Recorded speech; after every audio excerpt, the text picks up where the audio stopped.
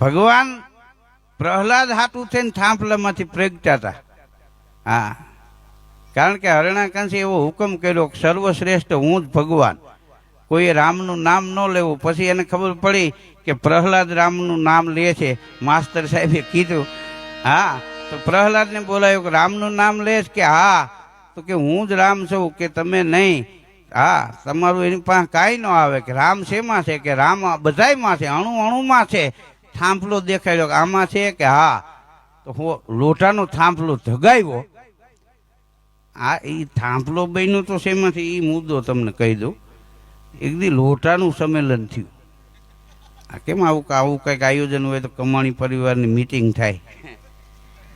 હા હા, એમ લોટાનું એક દી સંમેલન થયું. એમાંય પ્રમુખ હોય, આમાંય પ્રમુખ હોય ને, ખજાનચી મંત્રી ને પ્રમુખ ને. હા, અહીંયા ગોવિંદભાઈ છે ને, ગોવિંદ બોલો કે